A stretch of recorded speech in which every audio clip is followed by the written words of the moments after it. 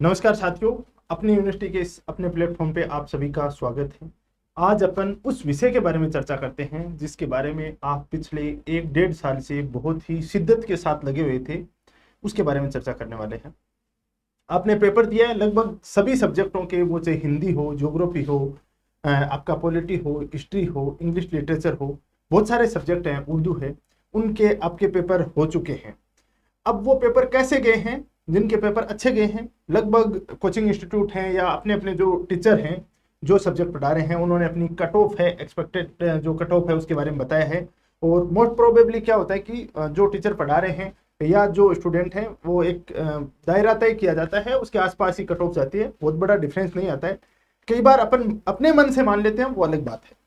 तो जैसे ज्योग्राफी के अंदर सुरेश सर ने बताई है, हिस्ट्री के अंदर, पॉलिटी के अंदर या अन्य सब्जेक्ट हैं, उनके बारे में अलग अलग जो भी रिस्पेक्टेड टीचर हैं वो पढ़ा रहे हैं, उन्होंने जो कट ऑफ बताई है, उसका दायरा बताया है, मोर और लेस उसके आसपास ही जाता है, 2-4 नंबर का अंतर आता है। तो आपको एक मोटा मोटा आइडिया लग गया होगा अपने बारे में कि मेरा स्कोर कितना जा रहा है। यदि उस स्कोर में डिफरेंस बहुत ज्यादा आ रहा है तो आपको किसी और एग्जामिनेशन है उसकी प्रिपरेशन करनी चाहिए। और आपका यदि स्कोर उसके आसपास आ रहा है या उससे बहुत अच्छा आ रहा है तो आपको क्या करना चाहिए, उनके बारे में अपन चर्चा करेंगे इसके सेशन में।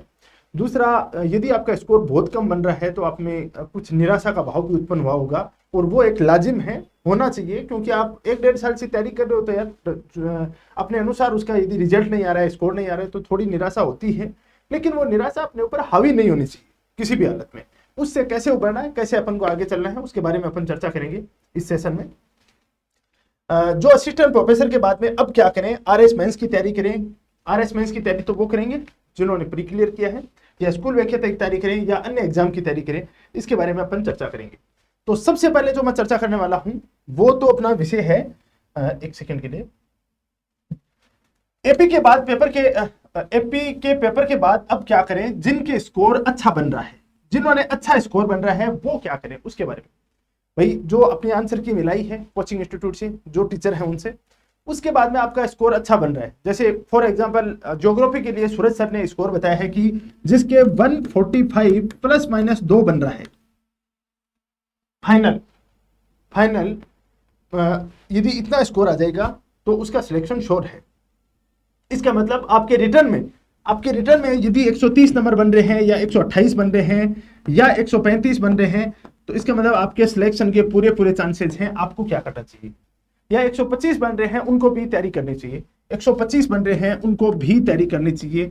तो अब आपको क्या करना चाहिए, अब आपको क्या करना चाहिए, अब आपको इंटरव्यू की तैयारी करनी चाहिए। तो इंटरव्यू की तैयारी कैसे, इंटरव्यू की तैयारी के दौरान क्या है, टाइम पास बहुत ज्यादा होता है, बहुत टाइम पास होता है। मैंने आरपीएससी के 3-4 इंटरव्यू दे दिए हैं, आरएस के, असिस्टेंट प्रोफेसर के। तो उस दौरान क्या होता है, मन में तो ये भूत सवार रहता है कि मैं इंटरव्यू की तैयारी कर रहा हूं, वास्तव में होता कुछ है नहीं। इसका मैं सबसे बेस्ट तरीका बता देता हूं कि आपको अपने आप को इंगेज रखना है, अपने आप को कुछ पॉजिटिव काम है उन करने में इंगेज रखना है। उसका सबसे अच्छा तरीका बताता हूं। वो तरीका, 2 तरीके हो सकते हैं। पहला, आप स्कूल व्याख्याता की आने वाले समय में एग्जाम होगी तो आप स्कूल व्याख्याता की तैयारी कर सकते हो। भले ही आपका स्कोर 145 बन रहा है, 145 बन रहा है, तो भी आपको यदि फाइनल स्कोर इतना जाएगा, विद इंटरव्यू जाएगा, और इतना स्कोर बन रहा है आपके, तो भी आपको स्कूल व्याख्याता की तैयारी करनी चाहिए। आप बोलो क्यों, हम तो असिस्टेंट प्रोफेसर बन रहे हैं। इससे आपकी क्या होगी, जो आपने अब तैयारी की है उसमें कंटिन्यूटी रहेगी, क्योंकि इंटरव्यू का कोई भरोसा नहीं है। हो सकता है इंटरव्यू आने वाले 7-8-10 महीने तक भी आपका इंटरव्यू ना हो, और 10 महीने तक यदि इंटरव्यू नहीं होगा, यदि 10 महीने तक इंटरव्यू नहीं होता है तो बाद में आप जो चीजें पढ़ी हैं एग्जाम में वो सब की सब भूल जाओगे। तो आपको अपने आप को इंगेज रखना चाहिए, और वो भी पॉजिटिव काम। दूसरा सबसे बड़ा ऑप्शन हो सकता है, आप कहीं पे भी पढ़ा सकते हो, स्कूल में पढ़ा सकते हो, कॉलेज में पढ़ा सकते हो, किसी कोचिंग इंस्टीट्यूट में पढ़ा सकते हो, कहीं आप कंटेंट राइटिंग का काम कर सकते हो। ये आपके लिए अच्छा ऑप्शन हो सकता है, जिससे आप अपने सब्जेक्ट के प्रति वैसे ही जुड़े रहोगे जो पिछले आप 1-1.5 साल से जुड़े हो। क्योंकि वहां पे आपका इंटरव्यू होगा, उसमें बहुत सारे आपके सब्जेक्ट के क्वेश्चन पूछे जाएंगे, आपको पढ़वा के भी देखा जाएगा। वहां पे 1 मिनट दिया जाएगा कि आप कैसे पढ़ाते हो, आपका एक्सप्रेशन कैसा है, आपका एक्सप्लेनेशन कैसा है, आपका आई कॉन्टेक्ट कैसा है, ये सब चीजें देखी जाती है। आपका कॉन्फिडेंस कैसा है, किसी चीज को आ तो रही है लेकिन आप उसको डिलीवर नहीं कर पा रहे हो, ये सब चीजें भी देखी जाती हैं ओवरऑल वहां पे। तो उसका सबसे बेस्ट तरीका है आप किसी कोचिंग इंस्टीट्यूट में या किसी कॉलेज में, स्कूल में, वहां पे पढ़ाना जारी रखें, लेकिन अपने आप को इस तरीके से बैठा के ना रखें कि मैं इंटरव्यू की तैयारी कर रहा हूं, मेरा स्कोर बहुत अच्छा है। ठीक है ना। तो पहली बात तो ये काम। सेकंड चीज है, जिनके स्कोर अच्छा बन रहा है वो और क्या कर सकते हैं, और उनके पास क्या ऑप्शन है। और उनके पास ऑप्शन, सबसे सुनहरा ऑप्शन है आपके पास में, एक ऑप्शन है आईएएस की तैयारी कर सकते हो, यूपीएससी। अभी 16 जून को यूपीएससी का एग्जाम होगा, बहुत सारों ने आप में से फॉर्म भर रखा है, आप उसके प्रीलिम्स की तैयारी कर सकते हो। यदि आप अभी नहीं कर रहे हो तो आगे तैयारी कर सकते हो, आपका स्कोर बहुत अच्छा है तो आपके पास में ऑप्शन यूपीएससी है।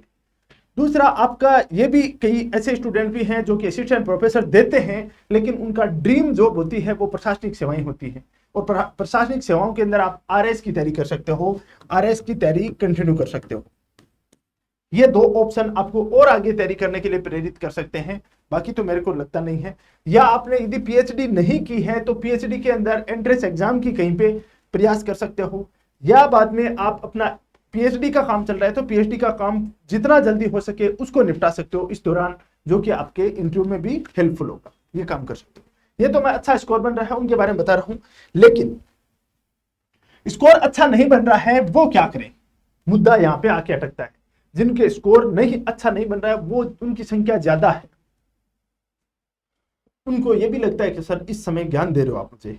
ज्ञान नहीं दे रहा हूं, मैं वास्तविकता बता रहा हूं, क्योंकि जिस सफर से आप गुजर रहे हो, या जिसका स्कोर कम बना है, या जिसका सिलेक्शन नहीं हो रहा है, उस प्रोसेस से बहुत सी बार गुजर चुके हैं, तो वो व्यक्तिगत और व्यवहारिक अनुभव देंगे आपको, किसी प्रकार का ऐसा ज्ञान नहीं देंगे जो अव्यवहारिक हो, इम्प्रैक्टिकल बातें नहीं करेंगे। पर देखो, स्कोर कम बनने का कारण काफी सारे हो सकते हैं। आपकी मेहनत में कुछ कमी रह सकती है, लेकिन कई बार मेहनत बहुत अच्छी होती है तो अपने उस दिन, वो दिन अपने साथ नहीं होता है।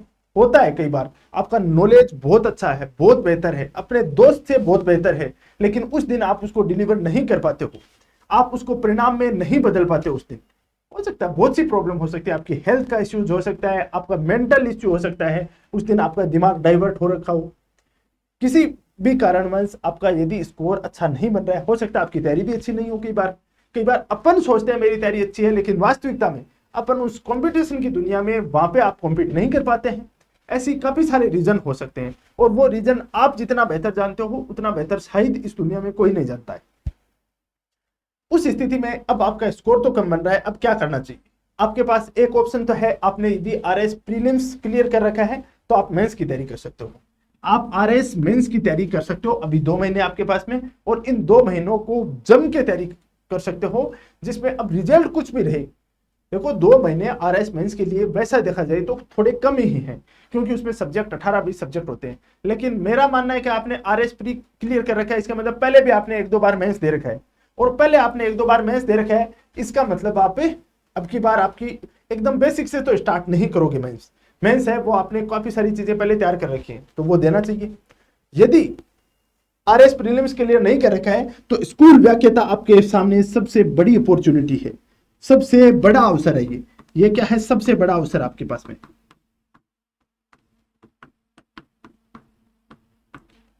सबसे बड़ा अवसर। और यह भर्ती कब आने वाली है, कभी आने वाली हो, कभी भी आए, लेकिन आएगी निश्चित। वर्ष 2024 के अंदर आएगी, कभी भी आए, ये चाहे दिसंबर 2024 में आए या जुलाई, अगस्त, सितंबर, अक्टूबर में आए, कभी भी आए, लेकिन ये भर्ती 100% आएगी। और इससे अच्छा अवसर हो नहीं सकता। 4800 ग्रेड की नौकरी है, सब्जेक्ट आपने अपना तैयार कर रखा है, पेपर 3rd है, उसके अंदर आपने कुछ जीके का पार्ट भी तैयार कर रखा है। जो पोर्शन आपके वीक हैं उन वीक पोर्शन पे आप काम कर सकते हो अभी से। जो कमियां रखी हैं आपने टेस्ट रिज्वाइन नहीं की होगी, रिवीजन की कमी रही होगी, आपका कॉन्सेप्चुअल नॉलेज वीक रहा होगा, आपके बहुत सारी ऐसी चीजें हैं जो फैक्चुअल चीजें याद नहीं की होगी, उनको अब याद कर सकते हो।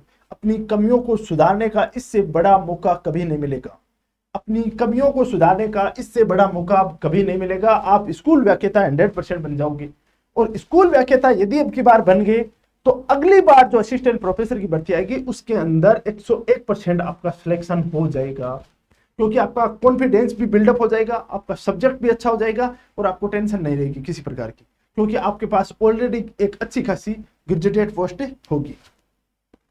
तो आप स्कूल व्याख्याता की तैयारी कर सकते हो। दूसरा, यदि आपको लगता है कि जीके वाला पार्ट आपका बहुत शानदार है, एसएसटी आपका सब्जेक्ट है, या आप संस्कृत से हो, हिंदी से हो, इंग्लिश से हो, और सेकंड ग्रेड चाहते हो कि सेकंड ग्रेड का अपन एक साथ सेकंड ग्रेड है वो भी दे सकते हैं, तो सेकंड ग्रेड भी एक अच्छा मौका हो सकता है आपके सामने, क्योंकि सेकंड ग्रेड की भर्ती है वो अब की बार फर्स्ट ग्रेड और नीट से भी बड़ी आने वाली है। सेकंड ग्रेड की पोस्टें सबसे ज्यादा खाली है क्योंकि वहां से प्रमोशन हुआ है फर्स्ट ग्रेड में बहुत ज्यादा, तो सेकंड ग्रेड में बहुत बड़ा वैक्यूम क्रिएट हुआ है, तो आप सेकंड ग्रेड की तैयारी कर सकते हो। ठीक है, तो ये आपके पास ऑप्शन हो सकते हैं। इसके अलावा अन्य भर्तियों की अपन बात करें तो कौन सी भर्तियां आ सकती हैं, वो भर्तियों की जहां तक मेरा मानना है कि आप असिस्टेंट प्रोफेसर तक पहुंच चुके हो, इतना ऊंचा सोच चुके हो, तो आप पटवारी, ग्राम सेवक, इन भर्तियों की तैयारी ना ही करें तो ठीक रहेगा। आपके पास ये अपॉर्चुनिटी ज्यादा बेहतर होगी। आप नेट का पेपर होने वाला है और नेट का पेपर बड़ी शिद्दत के साथ दीजिए। उससे क्या होगा, आपका नेट क्वालिफाई हो जाएगा, जेआरएफ हो जाएगा, तो कहीं पीएचडी में आप एडमिशन ले सकते हो, स्कॉलरशिप मिल सकती है। ये सब प्रयास करना है। अपने आप को अभी 2-3 दिन थोड़ा सा काम डाउन रखो, आराम से थोड़ा रेस्ट करो, उसके बाद ज्यादा लंबा गैप मत लेना। ये 5 दिन के अंदर अंदर वापस रिजुविनेट होके और वापस अपनी तैयारी के अंदर लग जाओ, यही मौका है। दूसरा है कि कुछ इस तरीके के स्टूडेंट भी देखने को मिलेंगे जो इसमें यदि नंबर कम बन रहे हैं तो इससे बाहर निकल ही नहीं पाएंगे। ये बहुत बड़ी दिक्कत है। इससे कैसे भी करके अपने आप को इंगेज रखना है, और सबसे अच्छा एग्जाम्पल है किसी कोचिंग इंस्टीट्यूट या किसी कॉलेज में या किसी स्कूल को ज्वाइन कर लीजिए। वहां पे पढ़ाओगे, आप बच्चों के साथ रहोगे, एक यंग एनर्जेटिक माइंड के साथ काम करोगे, तो आपके अंदर भी वो एनर्जी रहेगी, तो आप बहुत बेहतर परफॉर्म कर सकते हो। ये आपके पास अच्छा एक मौका और अवसर है, इसको आप पे लाभ ले सकते हो। तो आई होप कि आपको एक कुछ आइडिया लगा होगा इस भंवर जाल के अंदर कि अब क्या करना है, और बाकी अपन आगे ऐसे ही सेशन हैं वो और लाते रहेंगे। बहुत सारे कंटेंट है उसके सेशन लाते रहेंगे। अपन स्कूल व्याख्याता, अपनी यूनिवर्सिटी है वो स्कूल व्याख्याता के लिए, सेकंड ग्रेड के लिए, यूजीसी नेट के लिए ये एग्जामिनेशन है उनके लिए प्रिपरेशन करवा रही है। जैसे अपन देख सकते हैं स्कूल व्याख्याता है उसके अंदर तपस्वी बैच शुरू कर रखा है अपन ने फर्स्ट ग्रेड का, तो वो आप ज्वाइन कर सकते हो। फर्स्ट पेपर का है, सेकंड पेपर का भी अपन ने ज्योग्राफी का एवरेस्ट बैच ज्वाइन कर शुरू कर रखा है, वो ज्वाइन कर सकते हो। सेकंड ग्रेड में अपन बात करें, सेकंड ग्रेड की बात करें तो अग्निपथ बैच शुरू कर रखा है जीके का, और इसमें एसएसटी का भी बैच शुरू कर रखा है, तो ये आप ज्वाइन कर सकते हो। यदि आप चाहो तो नेट का भी आप बैच ज्वाइन कर सकते हो। अभी के लिए इतना ही। Thank you very much for discussion. मिलते हैं किसी और इंपॉर्टेंट सेशन के साथ।